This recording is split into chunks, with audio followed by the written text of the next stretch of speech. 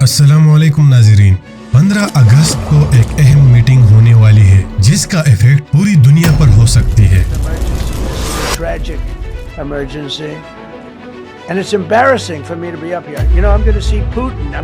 یہ میٹنگ امریکی صدر ڈونلڈ ٹرمپ اور رشین پریزیڈنٹ پیوٹن کے درمیان ہونے والی ہے۔ ٹرمپ نے پیوٹن کو روس آنے کی دعوت دی ہے اور وہاں ٹرمپ اور پیوٹن 1-to-1 میٹنگ کریں گے۔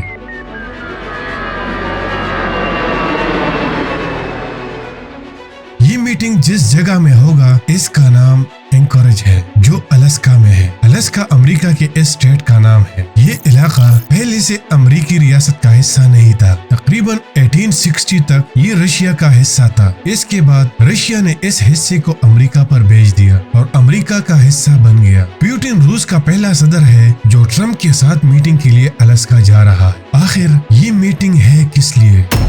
یوکرین اور روس کے جنگ کو ختم کرنے کے لیے پیوٹن کو بلایا ہے، کیونکہ امریکہ اور روس ایک دوسرے کے ساتھ یوکرین کی وجہ سے کئی سالوں سے انڈائریکٹلی لڑ رہے ہیں، جس سے پوری دنیا میں بد امنی ہے۔ کیا 15 اگست کی یہ میٹنگ اس مسئلے کو ختم کرنے کے لیے ہے یا کچھ اور ہے؟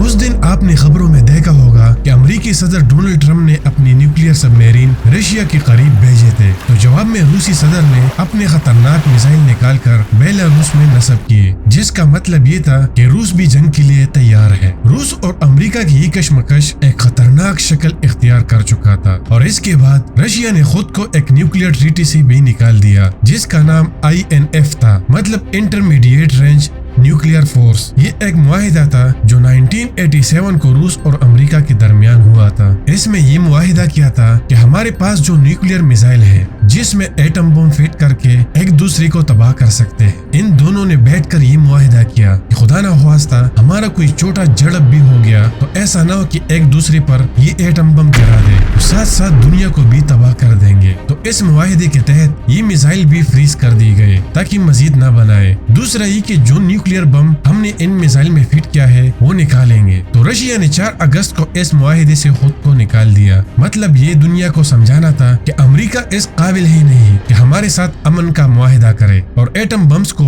ان میزائل میں دوبارہ فٹ کر لیا۔ دوسری طرف ٹرمپ کو یہ ڈر ہے کہ کہیں ایران ایٹم بم نہ بنا لے یا رشیا ایران کو فراہم نہ کر دے، کیونکہ رشیا کے سیکورٹی چیئرمین میڈویڈیو نے وارننگ دیا تھا کہ ہم ایسا بھی کر سکتے ہیں کہ ایران کو ایٹم بم فراہم کر دے، تو وہ اسرائیل اور امریکہ کے لیے خطرہ تھا۔ اگر رشیا ایسا کرتا تو ٹرمپ کا کیریئر ختم ہو جاتا، اس لیے پیوٹن کو انوائٹ کیا ہے۔ یاد رہے پیوٹن 10 سال بعد امریکہ جا رہا ہے۔ 2015 میں یونائٹڈ نیشن اسمبلی کا جو اجلاس تھا اس کے لیے گیا تھا، اس کے بعد نہیں گیا۔ ٹرمپ یہ پلان کر رہا ہے کہ رشیا ایران کو کہیں ایسا سپورٹ فراہم نہ کر دے جس سے مڈل ایسٹ امریکہ کے ہاتھوں سے نکل جائے گا، تو بات کو طریقے سے حل کر رہا ہے۔ 9 اگست 2025 کو آپ نے دیکھا کہ اس نے آذربائیجان اور آرمینیا کا بھی صلح کر لیا، جس کو مختلف نیوز چینلز کور کر رہے ہیں۔ یہ دونوں ممالک تقریباً 37 سالوں سے ایک دوسرے کے ساتھ لڑ رہے تھے۔ ان دونوں کے درمیان ایک علاقہ ہے، کبھی آرمینیا کے قبضے میں ہوتا ہے تو کبھی آذربائیجان کے قبضے میں۔ یہ وہ علاقہ ہے جس کا نام نگورنو کراباخ ہے۔ اس وقت یہ آذربائیجان کے قبضے میں ہے۔ ان دونوں ممالک میں آذربائیجان پاکستان کا دوست ہے اور آرمینیا بھارت کا۔ اب ٹرمپ نے ان دونوں ممالک کا صلح کیوں کیا؟ تو ٹرمپ کا پہلا مقصد یہ ہے کہ مجھے نوبل پرائز انعام ملے گا، کیونکہ دونوں ممالک کے صدر نے کہا ہے کہ ہم ٹرمپ کو نوبل پرائز انعام کے لیے نومینیٹ کرتے ہیں، اور ٹرمپ بھی یہ دکھاوا کر رہا ہے، لیکن اس بندے نے آج تک فلسطین اور اسرائیل کی جنگ کے بارے میں کوئی قدم نہیں اٹھایا، جو سب سے اہم مسئلہ ہے۔ ٹرمپ کا دوسرا مقصد یا چال یہ ہے کہ اس صلح میں اس نے ایک اناؤنسمنٹ کیا ہے۔ اس نے ایک ٹرپ یعنی ایک کوریڈور اناؤنس کیا ہے۔ اس راستے کو اسپیشلی اپنا نام دیا، Trump road for international peace and prosperity. یہ راستہ آذربائیجان کے علاقے باکو سے شروع ہو کر آرمینیا سے گزر کر آذربائیجان کا یہ علاقہ کراس کر ترکی پہنچ جائے گا۔ اس سے آرمینیا اور آذربائیجان دونوں کو فائدہ ہوگا۔ اس کے بعد یہ ترکی کو کراس کر کے یورپ پہنچ جائے گا، اور اس سے